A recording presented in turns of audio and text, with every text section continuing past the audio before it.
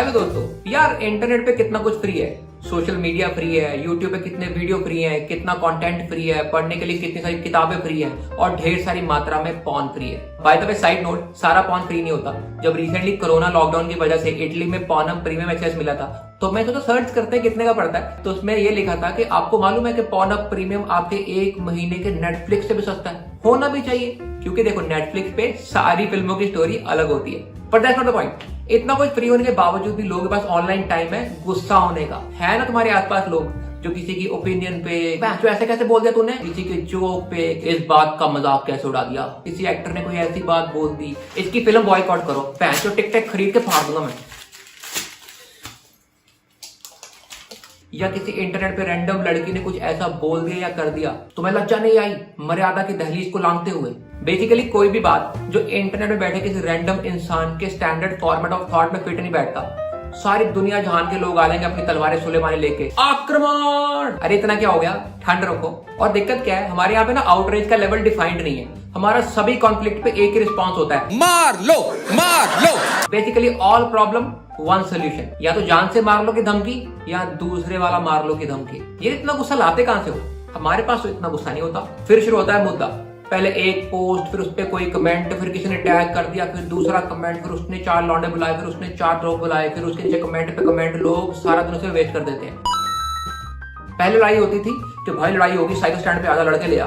अब लड़ाई होती है भाई लड़ाई होगी मेरी पोस्ट पे आजा तेरे को टैग कर रहा हूँ। इस बात पे जीत डिसाइड नहीं होती है कि कौन सही कौन गलत, कौन वैलिड कौन खुद्दू बात है। बेसिकली इस बात पे डिसाइड होती है कि किसके कमेंट के ऊपर ज्यादा आंखों से पानी निकलने वाले हाहार एप्स आ गए। बेसिकली किसके दोस्त ज्यादा बेरोजगार है। देखो मेरे ख्याल से ऑनलाइन गुस्सा होने का या बहस करने का ज्यादा फायदा है नहीं, क्योंकि लेट्स बी ऑनेस्ट, इंटरनेट पे लोग अपने विचार बदलने नहीं आते। लोगों को हर बार सेम ही साइड लेनी है। ये वो लोग हैं जो लूडो में हमेशा लाल गीटी लेंगे या फिर खेलेंगे ही नहीं। करोड़ में से कोई एक इंसान होता है जो कहता है अरे यार ये पर्सपेक्टिव तो मैंने सोचा ही नहीं कभी। और सच्ची बताऊं यार, मुझसे ना ऑनलाइन लोगों से, अनजान लोगों से ना बहस होती भी नहीं है। My problem is I cannot fight with strangers. I cannot fight with strangers. I need to know the person. I need to know the insecurities. और यार अनजान लोगों से बहस करने में ना बहुत फॉलो अप करना पड़ता है। तुमने कुछ पोस्ट कर दिया, उसने कोई कमेंट कर दिया, तुमने वापस जवाब दे दिया, उसने गाली दे दी, तुमने कुछ बोला, उसको काम आ गया, उसने 2 घंटे जवाब नहीं दिया। 2 hours later. जब तक उसने जवाब दिया, तुम्हें कोई काम आ गया, तब तक तुम ठंडे हो चुके हो, अब फॉलो अप करने का मन नहीं कर रहा। लोग दुनिया में अपने घर से बायस लेके ही निकलते हैं। और let me tell you honestly, bias होना गलत नहीं है। इनफैक्ट ह्यूमन होने का बेसिक क्राइटेरिया है बायस होना। हर बंदे में कोई ना कोई बायस होता है। इनफैक्ट मैं कहूंगा कि तुम क्या लेके आए थे, बायस। तुम क्या लेके जाओगे, बायस। जावेद साहब ने भी अपनी शायरी में लिखा है, दिलों में तुम अपनी बायस लेके चल रहे हो तो जिंदा हो तुम।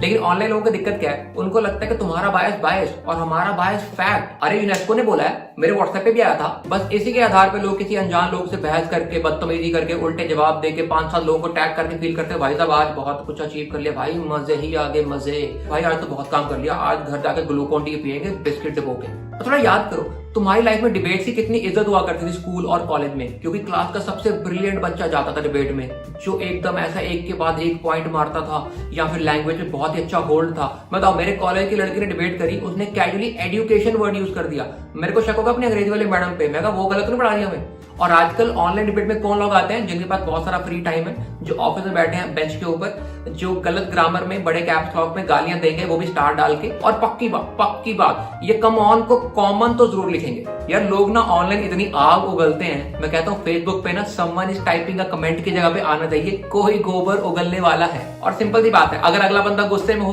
तुम उसको लॉजिक से डिफीट तो नहीं कर सकते। इतना ज्यादा गुस्सा आपको बहुत बीमार बनाने के लिए काफी है।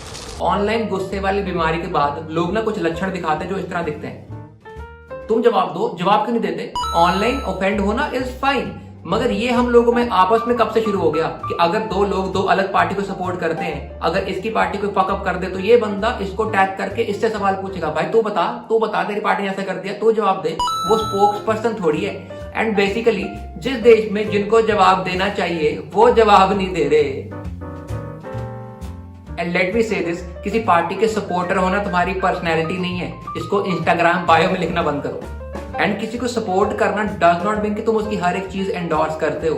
तुम्हारे घर वाले तुम्हें बहुत प्यार करते थे, मगर जब भी तुम स्कूल में कोई कांड करते थे तो बाप को बुलाया जाता था, तो वहां जाके बाप ये नहीं बोलता था कि नहीं मैम आप बोल तो स्कूल फुद्दू है, हमारा बच्चा सही है। नहीं, वो वहां जाके एग्री करते थे कि हाँ जी मैम सॉरी, आगे से बच्चा ऐसा नहीं करेगा क्योंकि हमारा बच्चा ही चूतिया है। किसी को सपोर्ट करना डज नॉट मीन कि आप उसकी हर एक चीज एंडोर्स करते हो। Why you always talk negative about government? Why no positive? क्योंकि पॉजिटिव बताने के लिए उनके पास बजट है, उसके पैम्पलेट छपवाते हैं, इतना काम करके इतना दिखाते हैं, बस स्टैंड पे होर्डिंग लगवाते हैं। और सिंपल सी बात है, जो लोग पार्टी कार्यकर्ता की तरह बात करते हैं ना, उनसे तो बहस करो ही मत। उस टाइम पे तुम कहां थे? हिम्मत है तो उस पे बोलो। अरे होंगे यार, कहीं पे गए होंगे बाजार दही लेने, घर वालों ने भेजा होगा किसी काम से। कई बार उस टाइम इतना पुराना होता है कि तुम्हारे शायद ओपिनियन ही फॉर्म नहीं हुए होते, और कई बार तो तुम भी जायगॉट की फॉर्म में नहीं आए होते। और ये कहा लिखा है कि एक पॉइंट पे तभी बोल सकते हो जब सभी पॉइंट पे बोलोगे। अबे मंथली सब्सक्रिप्शन नहीं है ये, और तुम कब बोलोगे? ना तुम तब बोले ना तुम अब बोलोगे। तुम क्या सिर्फ दुनिया में छनकने बजाने आए हो क्या? और ये पॉलिटिकल पार्टी के डिफेंडर लोग, मतलब तुम पार्टी से सवाल पूछो, ये सारा तुमसे सवाल पूछ लेंगे। ये लोग रियल लाइफ में ऊनो खेल रहे हैं कि मैंने रिवर्स कार्ड चल दिया, अब तुम्हारी बारी, तुम बताओ कैसे करना है। इसको बैन कर दो, इसकी ऐप अनइंस्टॉल कर दो, इसकी फिल्में नहीं देखेंगे हम लोग। ये ना मेरा फेवरेट काइंड ऑफ आउटरीच है ऑनलाइन, और ये अक्सर होता है फेमस लोगों के साथ, किसी कंपनी के साथ या फिर किसी आर्टिस्ट के साथ। मेरे को समझ नहीं आती इस बात पे गुस्से वाली बात क्या है। क्या एटलीस्ट इन लोगों से गुस्सा नहीं होना चाहिए, क्योंकि ये सब लोग पढ़े लिखे लोग हैं जो अपना कोई काम कर रहे हैं, जिनकी वजह से शायद 2-4 नौकरियां मार्केट में और ज्यादा हैं। अदरवाइज जिस तरह से हमारा अनएम्प्लॉयमेंट रेट है, अगर वो पढ़े लिखे लोग भी वापस नौकरी करने आ गए तो हमारी नौकरी जाएगी भाई, वो तो कुछ ना कुछ कर ही लेंगे। कोई भी जोक, कोई भी कमेंट, कोई भी ओपिनियन, कोई भी स्टैंड इतना बड़ा नहीं है कि किसी का काम बंद करवाने की या जान की धमकी दी जाए। इसी चक्कर में जब रिसेंटली छपाक मूवी आने वाली थी एंड दीपिका पादुकोण का स्टैंड, जो कि उसका पर्सनल ओपिनियन है, उसके ऊपर लोगों ने बोला हम तो ये मूवी बॉयकॉट करेंगे। ठीक है, अगर तुम्हें लगता है कोई ऐसी चीज जो सोसाइटी में कुछ पॉजिटिव कर सकती है, तुम्हें उसको बॉयकॉट करना है अपनी ईगो सेटिस्फाई करने के लिए, तो करो, मगर बाकी दुनिया को इन्वॉल्व मत करो। तुम मत देखो, बाकी लोगों को टैग कर रहे हो, तुम भी मत देखो, तुम भी मत देखो। जो देखेगा वो एंटी नेशनल, वो देश का गद्दार। ये वही अंकल लोग हैं जो मार्केट में किसी अनजान आदमी से बहस कर लेंगे, खुद से कुछ होगा नहीं, फिर बाद में बाकी लोगों को इन्वॉल्व करेंगे। भाई साहब आप देखो, इसने मेरे को ऐसे बोल दिया, आप यहीं पे खड़े थे, भाई साहब बत्रा साहब आप बताओ यार मैं गलत हूँ। बत्रा साहब does not give a flying fuck. अबे तो कॉमेडियन है ना, कॉमेडी कर, ज्यादा पॉलिटिक्स मत कर। ये लोग ना बड़े ही वन डायमेंशनल टाइप थॉट है यार इनका। इनको लगता है अगर कोई बंदा कुछ है तो सिर्फ वही है। अबे तुम्हारी पर्सनैलिटी, तुम्हारी हर एक चीज की एक वर्टिकल से बनती है। इंसान एक चीज नहीं होता, you are combination of lot of things. तुम देखते हो सब कुछ ब्लैक और व्हाइट में, मगर सारी दुनिया है चितकबरी। जब कोई नेता बेता ऐसा जोक मार दे तब तो बड़ा बोलते हैं, अरे यार सर जी का सेंस ऑफ ह्यूमर, वाह भाई वाह, सर जी के जोक्स, वाह भाई वाह। उनको बोला करोगे सर पॉलिटिक्स करो, दंगे वंगे कराओ, लोगों के मारा मारो यार, पैसे पैसे खाओ यार, क्या कर रहे हो, कहाँ जोक वोक मार रहे हो। या अगर तुम प्राइवेट कंपनी में काम करते हो, हमने कभी बोला कि भाई जाओ बॉस की पिछवाड़े में जाए चाटो यार, क्या कर रहे हो, ऑनलाइन बहस है। और ऐसे लोगों को तुम कुछ भी बोल दो, इनके वही स्टैंडर्ड रिस्पॉन्स, ब्रो तूने कॉमेडियन होकर ऑफेंस ले लिया ब्रो। नहीं ब्रो, हमें लगा था कि शायद तुम बोलने के अलावा सुनते भी होगे। Responding back to someone does not mean कि ऑफेंस ले लिया। So much for freedom of speech bro. हमारा एफओएस कहां गया ब्रो? हाँ, फ्रीडम ऑफ स्पीच मतलब कि मैं जो चाहूँ बोल सकता हूँ, आप जो चाहो बोल सकते हो। मगर दिक्कत क्या है, जब इस साइड के लोग कुछ बोलते हैं तो मैं नीचे 4 मुस्टंडों को टैग कर देते हो, किसी पॉलिटिकल पार्टी को टैग कर देते हो या पुलिस को टैग कर देते हो। That is exactly which is opposite of freedom of speech. तुम कुछ बोलो, हम किसी को टैग नहीं करेंगे, जितना मांग रहा है मांगो। ब्रो मैंने कुछ बोल दिया, तूने मेरे को अनफ्रेंड कर दिया, मुझे ब्लॉक कर दिया, सो much for tolerance bro. Obviously अगर कोई गली में गंद मचाएगा तो गेट बंद करना अलाउड होता है। कोई ये नहीं बोलेगा कि भाई तो बाहर क्यों हग रहे हो, अंदर आओ ना, गाड़ी के ऊपर बैठ के हगो, हमने 2 पैर बनवाए आपके लिए स्पेशल।